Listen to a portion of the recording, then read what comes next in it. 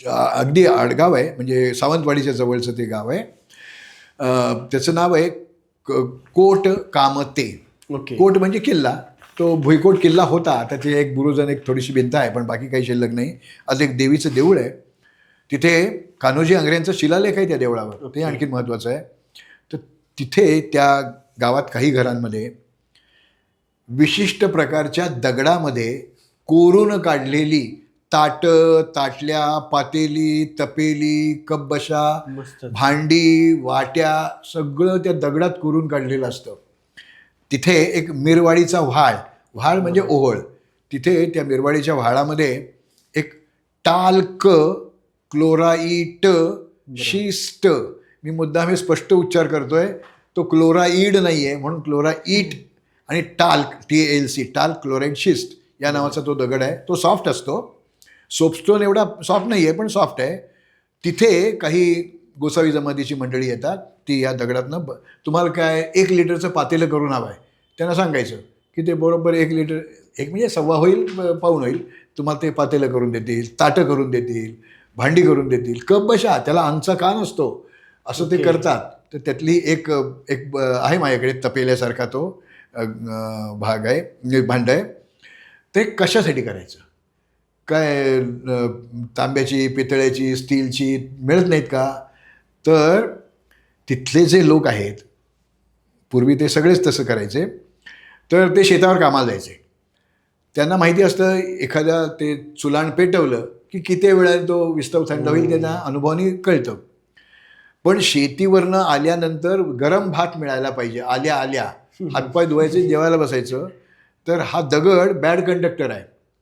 त्याच्यामुळे तो त्या चुलाण्यावर ठेवला, ते जे काय तुम्हाला किती पाहिजे तेवढं ते वैरून ठेवायचं, तांदूळ डाळ जे काय असेल ते त्या ह्याच्यात ठेवायचं, त्याला झाकणी ते ठेवायची. ती चूल आपली भिजते, आणि हा बॅड कंडक्टर असल्यामुळे तो भात गार नाही होत, किंवा जो काही पदार्थ शिजवायला टाकला आहे तो गार नाही होत. आल्यानंतर हातपाय धुवायचे आणि जेवायलाच बसायचं. तर त्या गावामध्ये हा टाल्क्लोराईड शिस्ट त्या व्हाळामध्ये खूप मिळतो, म्हणून त्या बऱ्याच लोकांकडे त्यांची भांडी आहेत. तर आपल्याकडे काही ठिकाणी अशी जाहिरात केली जाते की चांदीच्या ताटात आणि सोन्याच्या वाटीत तुम्हाला जेवायला देऊ, त्याची किंमत 800 रुपये साधं जेवण. तर ती सोन्याची म्हणजे त्याला गिलीट लावलेलं असतं, म्हणजे त्याला प्लेटिंग केलेलं असतं, गोल्ड प्लेटिंग असतं, सिल्वर प्लेटिंग असतं. ते काही खऱ्या चांदी सोन्याची ताटं परवडत नाहीत, तर त्याला खूप जास्त रक्कम घेतली जाते. तसं आम्ही तुम्हाला दगडी भांड्यांमध्ये स्वयंपाक करून दगडी भांड्यात जेवायला, म्हणजे ताटांमध्ये, थाळ्यांमध्ये जेवायला देऊ, अशी जर जाहिरात केली ना, तर लोक वेड्यासारखी गर्दी करतील तिथे. तर हे वैभव आहे आपलं, हे आपल्याला माहिती पाहिजे. आणि त्या कोटकामत्याच्या जवळच अक्केरी नावाचं एक गाव आहे. तिथे अत्यंत भक्कम, म्हणजे फोडता नीट, चिन्नी हातोडीने नीट फोडता पण येत नाही असा दगड मिळतो. तो बऱ्याच वेळा मूर्ती करण्यासाठी, पुतळे करण्यासाठी वापरला जातो. ते रामेश्वराचं एक मंदिर आहे. त्या रामेश्वराच्या मंदिरामध्ये एक खूप मोठा दिवाण किंवा कॉट किंवा पलंग, एका दगडात कोरून काढलेला पलंग आहे. त्याला पाय आहेत, त्याच्यावर डिझाईन कोरलेला आहे, त्याच्यावर व्यवस्थित, म्हणजे एक माणूस अगदी आरामात झोपू शकेल एवढा मोठा तो पलंग आहे. असाच एक पलंग मी बनवासीला पाहिला होता, कर्नाटकामध्ये, त्या शिरसीच्या जवळ. तर तो कडिकुलपात ठेवलेला आहे. इथे मी त्याच्यावर बसू शकतो. मी इतकं तो एका दगडातला पलंग. असं खूप महाराष्ट्र बहु असोद संपन्न की महाप्रिय आमचा एक महाराष्ट्र देश हा. तर किती आहे आपल्या महाराष्ट्रामध्ये. म्हणजे मला जे काही, मी फार तर 50-55 वर्ष हिंडतोय, मला 7 जन्म मिळाले तरी माझा महाराष्ट्र मला पाहून होणार नाही. देवळं आहेत, मूर्ती आहेत, लेणी आहेत, काय नाही आहे, गरम पाण्याची कुंड आहेत, खूप आहे. आणखी एक गंमत म्हणजे, मी माझ्याकडे जो स्पेसिमेन आहे तो दाखवीन मी, पण तो मॉरिशसमधला आहे. महाराष्ट्रामध्ये अनेक ठिकाणी असं बघायला मिळतं. काही विशिष्ट मर्यादित भागामध्ये वेगवेगळ्या रंगाची माती बघायला मिळते.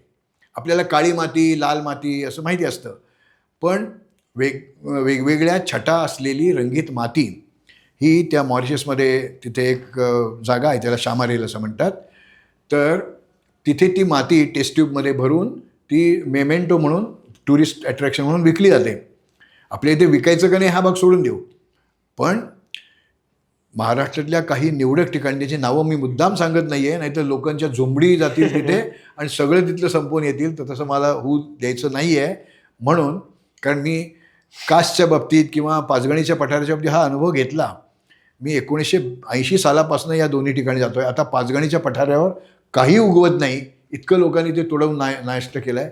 कासच्या पठारात थोडंसं संरक्षण आहे, पण तरी मी जे पाहिलं आहे वैभव ते नाहीच आता बघायला मिळत.